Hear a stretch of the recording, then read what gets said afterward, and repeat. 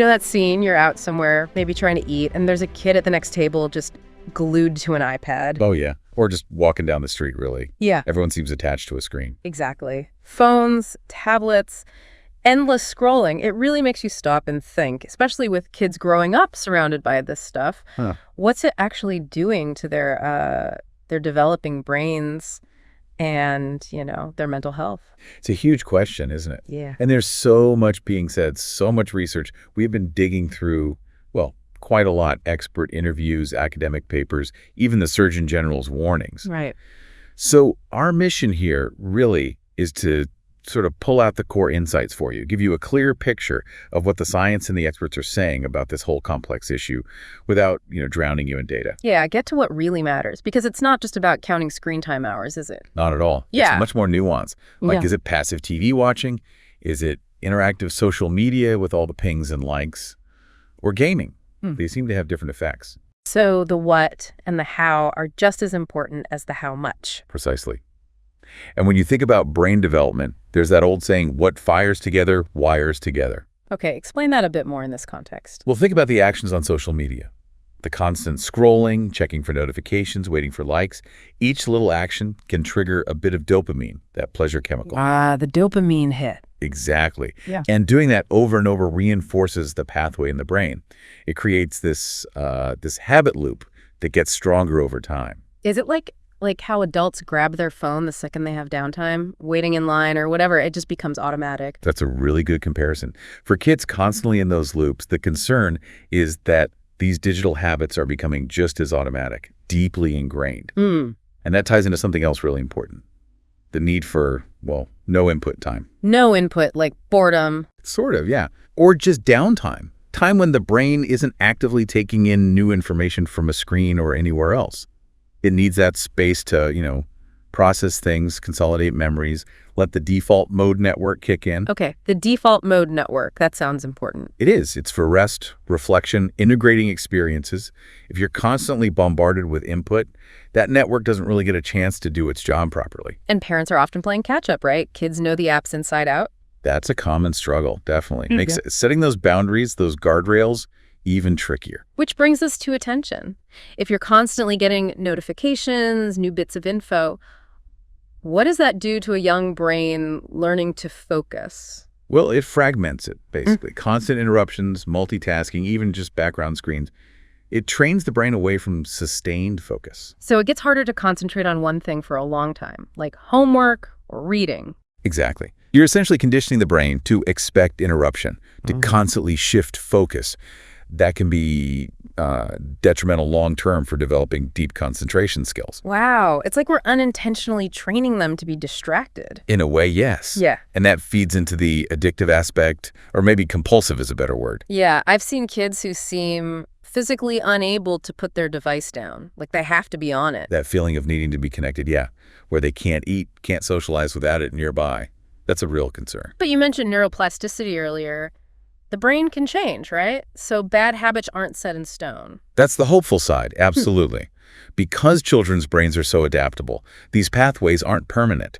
You can rewire them by consistently reinforcing different, healthier behaviors. It takes effort, but it's possible. It sounds like it comes back to that reward system again. The quick, easy pleasure from the phone versus... Versus maybe the more delayed, but often deeper satisfaction from real-world interactions or finishing a challenging task. Yeah. The immediate dopamine hit online is just so powerful, especially for younger brains still developing impulse control. Precisely. That immediate gratification loop is very, very compelling. Okay, let's shift to the really worrying part. Mental health. We hear so much about links between heavy social media use and anxiety, depression, loneliness. It's a major focus, and rightly so. The U.S. Surgeon General issuing an advisory talking about warning labels like on cigarettes, that tells you how serious the concern is. That really hit home for me. What does the data actually show? Well, some significant correlations. Studies suggest, for instance, that adolescents spending over 3 hours a day on social media could have double the risk of poor mental health outcomes. Double the risk. Wow. Yeah, things like depression and anxiety symptoms. And similar links are seen in college students, too. It seems that adolescent period, roughly, 10 to 19, is particularly vulnerable. Why then specifically? It's a really sensitive time for brain development. Plus, Social pressures, peer comparison, fitting in, all that stuff is amplified during adolescence. Social media can pour fuel on that fire. And you mentioned earlier there might be actual brain changes involved. Something about the amygdala and prefrontal cortex. Yes, there's research looking into that. The idea is that frequent social media use might make these areas, the amygdala for emotions, the prefrontal cortex for regulating them, more sensitive to social feedback online. So likes feel really good, and criticism or being ignored feels really bad. Potentially, yes. Yeah. It could heighten the sensitivity to both social rewards and punishments online, making the emotional roller coaster even more intense. And the list of potential downsides seems long: poor sleep, cyberbullying, body image issues. Right. Poor sleep is a big one, often linked to late-night use. Then there's online harassment, negative body image comparisons, lower self-esteem, and higher rates of depressive symptoms. Some studies even suggest the link might be stronger for girls. It's easy to see why parents are worried. Anxiety, depression, bullying, pressure, explicit content. It's a minefield. It really is. And parents express these concerns frequently. Now, it's important to add a caveat here. Correlation doesn't automatically equal causation. Okay, right. Just because two things happen together doesn't mean one caused the other. Exactly. While many studies show these links, proving direct causality is complex. Some research looking purely at time spent online has shown inconsistent results regarding mental health outcomes. It's likely a mix of factors. That's fair. But certain features of these platforms seem almost engineered to hook you, right? Like you said, slot machines. Yes, the design elements are key. The infinite scroll, there's never an end, you just keep going. The variable reinforcement of notifications and likes, you never know when the next reward is coming, so you keep checking. It mimics gambling mechanics very effectively. And what about things like the like button itself or the algorithms deciding what we see? They played a huge role. The like can tie self-worth to external validation. Algorithms can create echo chambers, limiting exposure to different views, and often prioritize content that promotes social comparison, showing idealized versions of life. Which can make you feel bad about your own life. Absolutely. There were even concerns about features some platforms experimented with, things that literally showed you your social ranking or solar system of friends. The potential for harm there is pretty obvious. Yikes. And you mentioned the debate around the word addiction. Some experts prefer compulsive use. Yes, there's some debate in the scientific community. Addiction usually implies specific neurochemical dependence pathways, like with substances. While the behaviors, compulsive checking, negative consequences, trouble stopping, look like addiction, some prefer problematic use or compulsive use as more technically accurate terms for screen behaviors. But for the person struggling, the label probably matters less than the impact. Precisely. The terminology is academic. The real-world struggle is what needs addressing. Okay, but it can't all be bad, surely. We looked at sources pointing out some positives, too. Definitely not all bad. It's crucial we keep a balanced view.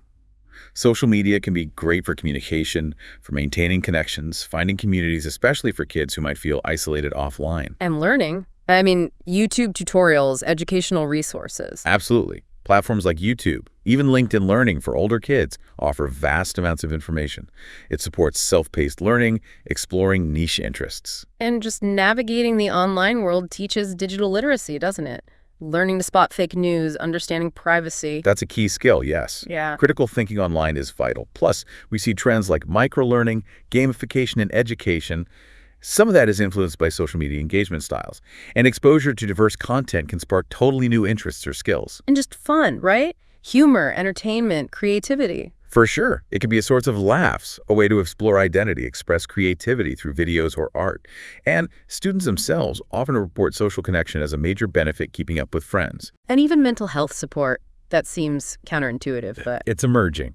There's potential for using platforms for mental health screening. Yeah. Maybe delivering certain kinds of therapy or support, spreading awareness, reducing stigma. So yes, there are potential upsides. So it's a tool, a powerful one, with risks and benefits. How do we manage it? What are the recommendations? A lot centers on parents setting those guardrails, clear boundaries, and expectations around tech use. Okay, like time limits. That's part of it, but it's also about communication, talking openly, non-judgmentally. A key question experts suggest asking is, how does using this app actually make you feel? Not just, what did you do online? Getting beyond the surface. understanding their emotional experience. Exactly. And trying to partner with your child. Be curious about their online world. Maybe even participate a bit, rather than just policing it from the outside. Makes sense. And what about replacing screen time? Crucial. Actively replacing it with engaging real-world activities. Family game night, reading together, going for walks, sports, hobbies, whatever works for your family. And probably best to do it gradually, not just yank the devices away suddenly. Generally, yes. A gradual reduction, while simultaneously building up those alternative activities, seems to be more sustainable and less likely to cause huge conflicts. The goal isn't necessarily zero screens, but moderation and understanding. Less fear, more understanding and moderation. What about those family contracts? They can be really useful. Sitting down together, creating an agreement about usage rules, online safety, expectations for everyone, including the parents. By the way, it can foster responsibility. Good point. And I remember reading about some broader proposed norms, like delaying smartphones. Yes, people like Jonathan Haidt and others are proposing some big shifts. Maybe no smartphones before high school, no social media until 16, making schools totally phone-free zones, and consciously building more real-world independence and free play back into childhood. Those are pretty radical changes from where we are now. They are. The idea is to tackle the collective action problem. Right now, kids feel they have to be on social media because everyone else is. If the norm shifted collectively, that pressure might ease. And legislation, is anything happening there? There are moves. Florida passed a law raising the age for social media, requiring parental consent. There's ongoing debate about tech companies needing better age verification and parental controls. And the Kids Online Safety Act, KOSA, is a bipartisan effort in the U.S. trying to push platforms to be less harmful by design. And phone-free schools, that seems like a direct way to improve focus. A lot of support for that, yes. Creates a better learning environment, encourages face-to-face interaction during the day. It ties into that broader idea of restoring childhood independence and real-world experiences. It feels like we're circling back to that causation versus correlation debate. Is it really social media causing the mental health decline, or are other things going on? It's still debated, but there are experimental studies now, not just correlations, that show reducing social media use can directly improve well-being. So there is evidence pointing towards causality for at least some of the effects. What about the argument that this is just another moral panic, like worries about rock and roll or video games in the past? That argument comes up, and it's good to have historical perspective. But many experts argue the sheer scale and speed of the rise in teen mental health issues globally, coinciding so closely with smartphone adoption, makes this different. It's unprecedented. Are there other theories for the mental health crisis? Oh, sure. People point to economic anxiety, academic pressure, political polarization, environmental worries, lots of things. But the fact the trend is so global, hitting countries with different economic situations but similar smartphone social media uptake patterns, makes the technology explanation compelling for many researchers. And that idea of preference falsification, that maybe people don't even like it that much. Yeah, the idea that many people, adults and kids, might privately dislike the constant pressure, the negativity, the time suck of social media, but they participate because they think everyone else values it or expects them to be there. Fascinating. So wrapping this up, it's clear this whole area is incredibly complex. Absolutely. Social media's impact is definitely multifaceted. There are real potential harms to attention, mental well-being, sleep, self-image, especially during those sensitive developmental years. But also potential benefits, connection, learning, community, creative expression if used mindfully and in moderation. Right. The key seems to lie in awareness, open communication within families, setting sensible boundaries, and consciously cultivating that balance between the digital world and real-life experiences. So a final thought maybe for everyone listening. Just take a moment to reflect on technology's role in your own life and maybe in the lives of the young people you know.